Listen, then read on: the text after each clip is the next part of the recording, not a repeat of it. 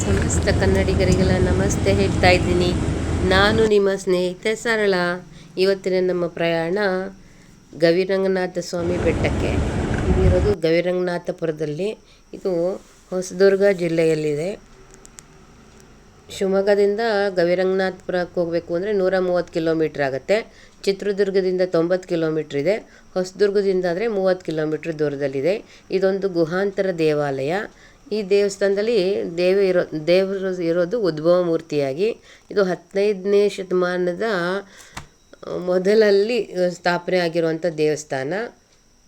ಇದು ನೋಡಿ, ಬ್ರಹ್ಮರಥೋತ್ಸವದ ದಿನ ಇಲ್ಲಿ ಉತ್ಸವ ಮೂರ್ತಿನ ಇಡ್ತಾರೆ. ಇಲ್ಲಿ ನಮಗೆ ಬೇಕಾಗಿರುವಂಥ ಹಣ್ಣು, ತರಕಾರಿ, ಹಣ್ಣು, ಹೂವು, ಧಾನ್ಯ, ದವಸ ಎಲ್ಲ ಸಿಗುವಂಥ ಸಣ್ಣ ಪುಟ್ಟ ಅಂಗಡಿಗಳಿದೆ ಇಲ್ಲೆಲ್ಲನೂ.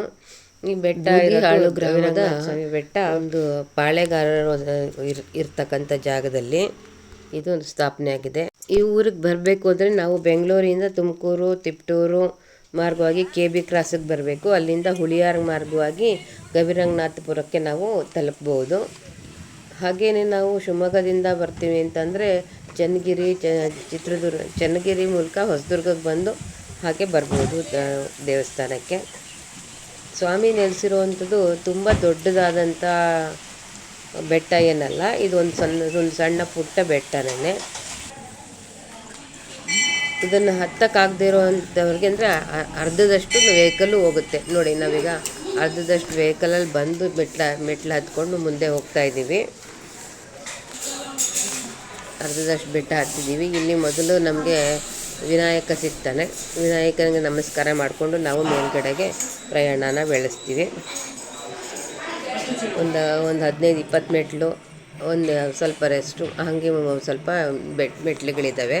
ತುಂಬ ದೊಡ್ಡದೇನಲ್ಲ. ನೋಡಿ, ಈಗ ಕೂರ್ಮಾವತಾರಿಯ ಅಂದರೆ ದೇವತೆಗಳಿಗೂ ರಾಕ್ಷಸರಿಗೂ ಅಮೃತಕ್ಕೋಸ್ಕರ ಜಗಳ ಆಗಿ ಯುದ್ಧ ಮಾಡಿದಾಗ ಮಂದಾರ ಪರ್ವತನ ಕಡಗೋಲು ಮಾಡಿಕೊಂಡು ವಾಸುಕಿನ ಹಗ್ಗ ಮಾಡ್ಕೊಂಡು ಅವರು ಕಡ್ಗೋಲು ಮಾಡಿ ಅಮೃತಕ್ಕೋಸ್ಕರ ಹೊಡೆದಾಡ್ತಿರ್ತಾರೆ. ಆವಾಗ ಆ ಮಂದಾರ ಪರ್ವತ ತಳದಲ್ಲಿ ಹೋಗಿ ಕೂತ್ಬಿಡುತ್ತೆ. ಅದು ತಳದಲ್ಲಿ ಹೋಗಿ ಕೂತ್ಕೋಬಾರ್ದು ಅನ್ನೋ ಕಾರಣಕ್ಕೆ ಮಹಾವಿಷ್ಣು ತನ್ನ ಕೂರ್ಮಾವತಾರಿಯಾಗಿ ಬಂದು ತನ್ನ ಬೆನ್ನ ಮೇಲೆ ಮಂದಾರ ಪರ್ವತನ ಹೊತ್ಕೋತಾರೆ. ಅದೇ ಇಲ್ಲಿನ ಮುಖ್ಯವಾದಂಥ ಸ್ವಾಮಿ ಇರೋದು ಕೂರ್ಮಾವತಾರಿಯಾಗಿ. ಇದು ಗವಿ ಒಳಗಡೆ ಅಂತ ಇರೋಂಥ ಒಂದು ಉದ್ಭವವಾದಂಥ ಮೂರ್ತಿ ಗವಿರಂಗನಾಥ ಸ್ವಾಮಿ. ಇದು ದನಗಾಹಿ ಒಬ್ಬನಿಗೆ ಇದ್ರ ಹುತ್ತದ ರೂಪದಲ್ಲಿ ಇಲ್ಲಿ ದೇವ ಕಾಣಿಸ್ಕೊಂಡಿದ್ದಾನೆ. ಆ ಹುತ್ತದಲ್ಲಿ ಹಸು ಬಂದು ಹಾಲು ಕರೀತಾ ಇತ್ತಂತೆ. ಮನೆಗೆ ಹೋದಾಗ ಹಾಲು ಕೊಡ್ತಾ ಇರಲಿಲ್ಲ. ಹಾಗಾಗಿ ಅವ್ರೇನು ಮಾಡ್ತಾನೆ, ಇಲ್ಲಿ ಯಾಕೆ ಹಿಂಗೆ ಮಾಡ್ತಾಯಿದೆ ಅಂತ ಗಮನಿಸಿದಾಗ ಅಲ್ಲಿ ಹುತ್ತದ ಒಳಗಡೆ ಈ ಸ್ವಾಮಿ ಒಡಮೂಡಿರೋದು ಗೊತ್ತಾಗತ್ತೆ. ಅವನು ಪಾಳೆಗಾರರಿಗೆ ಬಂದು ತಿಳಿಸಿದಾಗ ಅವರು ಅಲ್ಲಿ ಸಣ್ಣದೊಂದು ಪುಟ್ಟು ಗುಡಿನ ಕಟ್ಟಿರ್ತಾರೆ. ಅಂದರೆ 1975ನೇ ಇಸ್ವಿಯಿಂದ ಈಚೆಗೆ ದೇವಸ್ಥಾನ ಜೀರ್ಣೋದ್ಧಾರವಾಗಿ ಹಂತ ಹಂತವಾಗಿ ಬೆಳ್ಕೊಂಡು ಬಂದಿದೆ. ಕಟ್ಟಡ ರೂಪದ ಗವಿ ಇದ್ದಂಥದ್ದು ಕಡೆ ಕಟ್ಟಡ ಆಗಿದೆ.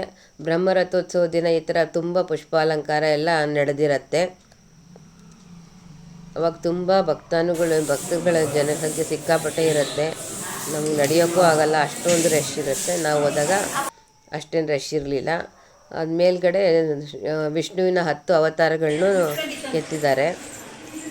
ಮೇಲ್ಗಡೆಯಿಂದ ಬೆಟ್ಟದ ಮೇಲಿಂದ ನಾವು ಸುತ್ತ ಪರಿಸರ ನೋಡಿದ್ರೆ ಎಷ್ಟು ಚೆನ್ನಾಗಿ ಕಾಣುತ್ತೆ ಅಂದರೆ 3 ಗೋಪುರಗಳು ಕಾಣುತ್ತೆ. ಹಚ್ಚ ಹಸಿರಾಗಿ ನಾವು ಶ್ರಾವಣ ಮಾಸದಲ್ಲಿ ಹೋಗ್ತೀವಲ್ಲ, ಅವಾಗ ತುಂಬ ಚೆನ್ನಾಗಿ ಕಾಣುತ್ತೆ. ಇಲ್ಲಿ ದೊಡ್ಡೆಡೆ ಅಂತ ಹಾಕ್ತಾರೆ ದೇವ್ರಿಗೆ. ನೋಡಿ, ಇದು ಗಾಡ್ರಾಯ ಅಂತ, ಇದು ಉದ್ಭವ ಮೂರ್ತಿನೇ. ಈ ದೇವರಿಗೆ ಅನ್ನ ಸಂತರ್ಪಣೆಯನ್ನು ಮಾಡ್ತಾರೆ. ಅದಕ್ಕೋಸ್ಕರ ಇಲ್ಲಿ ಅನ್ನ ಪೊಂಗಲ್ನ ಎಡೆ ಮಾಡಿ ಪೂಜೆ ಮಾಡಿ ಎಲ್ರಿಗೂ ಭಕ್ತರಿಗೆಲ್ಲ ಹಂಚ್ತಾರೆ. ವಿಶೇಷವಾದ ದಿನಗಳಲ್ಲಿ ಹೋಳಿಗೆ ನೈವೇದ್ಯ, ಹೋಳಿಗೆ ಎಡೆನೂ ಕೂಡ ಹಾಕ್ತಾರೆ. ಇದು ಕೆಂಚರಾಯ ಸ್ವಾಮಿ. ಇಲ್ಲಿ ಕೂಡ ದೇವರಿಗೆ ಪೂಜೆ ಮಾಡಾದ್ಮೇಲೆ ಬೆತ್ತ ತೊಗೊಂಡು ಮಕ್ಕಳಿಗೆ ಹುಷಾರಿಲ್ದಿರೋರಿಗೆಲ್ಲ ನೀವಳಿಸ್ತಾರೆ. ಆಗ ಅವ್ರಿಗೆ ಆರೋಗ್ಯ ಸರಿ ಹೋಗುತ್ತೆ ಅನ್ನೋದು ವಾಡಿಕೆ. ಅದನ್ನು ನೋಡ್ಕೊಂಡು ನಾವು ನೆಕ್ಸ್ಟ್ ಕೆಳಗಡೆ ಇಳಿದು ಬಂದರೆ ಲಕ್ಷ್ಮೀ ದೇವ್ರು ಕಾಣುತ್ತೆ. ಲಕ್ಷ್ಮೀ ದೇವರ ಸನ್ನಿಧಿ ನಮಗೆ ಕಾಣುತ್ತೆ. ಇದು ಕೂಡ ಒಡಮೂಡಿರೋದು ಅಂತಲೇ ಹೇಳ್ತಾರೆ. ಇಲ್ಲಿನೂ ನಾವು ದೇವರಿಗೆ ಮಡ್ಲಕ್ಕಿ ಎಲ್ಲ ಕೊಟ್ಟು ಪೂಜೆ ಮುಗಿಸ್ಕೊಂಡು ಮತ್ತೆ ಕೆಳಗಡೆ ಬರ್ತೀವಿ. ಕೆಳಗಡೆ ಬಂದರೆ ನೋಡಿ, ಇದು ತುಂಬ ಚೆನ್ನಾಗಿ ಅಲಂಕಾರವಾಗಿ ಮಾಡಿದ್ದಾರೆ. ಮೊದಲೆಲ್ಲ ಈ ಥರ ಶೆಲ್ಟರ್ ಎಲ್ಲ ಇರಲಿಲ್ಲ. ಇವಾಗ ಬಿಸಿಲು ತಡೆಯೋಕ್ಕಾಗದೇ ಇರೋವಂಥ ಧಗೆ ಹಾಗಾಗಿ ಈ ಶೆಲ್ಟರ್ ಎಲ್ಲ ಮಾಡಿದ್ದಾರೆ. ಈಗೆಲ್ಲ ಭಕ್ತರಿಗೆ ತುಂಬ ಅನುಕೂಲತೆಯೂ ಮಾಡಿಕೊಟ್ಟಿದ್ದಾರೆ. ಇಲ್ಲಿ ಆಂಜನೇಯ ಇದೆ, ಸಣ್ಣದಾಗಿ ಮೂಡ್ತಾ ಇದೆ. ಇದು ಇಲ್ಲಿಗೆ ಬಾಳೆಹಣ್ಣನ್ನು ಹಚ್ಚಿ ಹರಕೆನ ಸಲ್ಲಿಸ್ತಾರೆ ಇಲ್ಲಿ ಜನ. ಇಲ್ಲಿಂದ ನಾವು ಕೆಳಗಡೆ ಇಳಿದು ಬರೋದಕ್ಕೆ ಹೋಗ್ತಾ ಇರುವಾಗ ಅಲ್ಲಿ ನಮಗೆ ಅನಂತ ಶಯನ ಕಾಣುತ್ತೆ ನೋಡಿ. ಅನಂತ ಶಯನ ಅಂತೂ ಯಾವಾಗಲೂ ಅಲಂಕಾರ ಸ್ವರೂಪಿ. ಸಾಧಾರಣವಾಗಿ ಇಲ್ಲಿ ಬೆಣ್ಣೆ ಅಲಂಕಾರ ಮಾಡೇ ಇರ್ತಾರೆ. ನಾವು ಹೋದಾಗಲೂ ಬೆಣ್ಣೆ ಅಲಂಕಾರನೇ ಮಾಡಿದರು.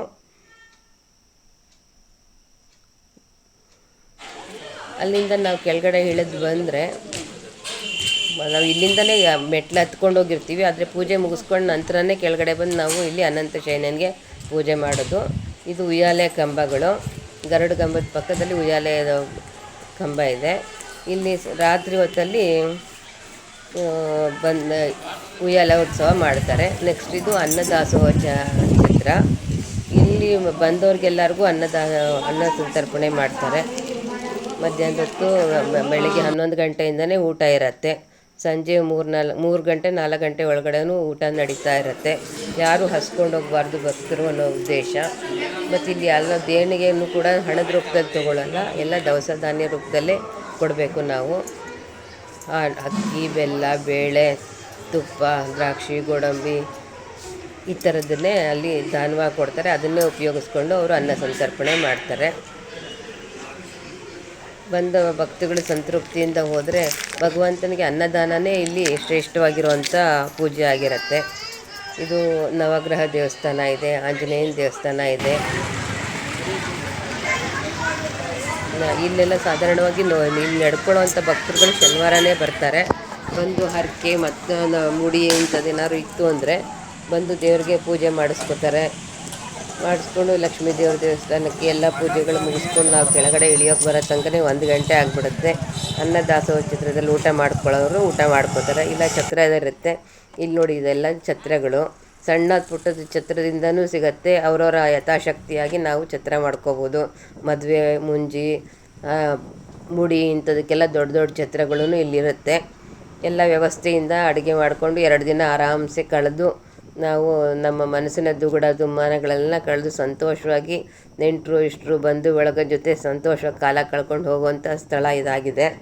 ಒಂದು ದಿನ ನಾವು ಈ ದೇವಸ್ಥಾನಕ್ಕೆ ಬಂದು ಹರಕೆ ಮಾಡಿಕೊಂಡು ತೀರಿಸೋದ್ರಿಂದ ತುಂಬಾ ಸಂತೋಷ ಅನಿಸುತ್ತೆ. ಸ್ವಾಮಿಗೆ ಭಕ್ತರ ಭಕ್ತಿಗೆ ತುಂಬ ಸ್ಪಂದಿಸ್ತಾರೆ. ಹೂವಿನ ಹೇಳಿಕೆ ಕೂಡ ಆಗುತ್ತೆ ಇಲ್ಲಿ. ಶನಿವಾರ ರಾತ್ರಿ ಇಲ್ಲಿ ಪೂಜೆ ಎಲ್ಲ ಆದಮೇಲೆ ಬೆಳಗಿನ ಪೂಜೆಗಳೆಲ್ಲ ಮುಗಿದ್ಮೇಲೆ ಸಂಜೆ 7 ಗಂಟೆ ಅಷ್ಟೊತ್ತಿಗೆ ಉತ್ಸವ ನಡೆಯುತ್ತೆ. ಆ ಉತ್ಸವದಲ್ಲಿ ಒಂದು ರಾಜಬೀದಿ ಉತ್ಸವ ಆಗಿರುತ್ತೆ.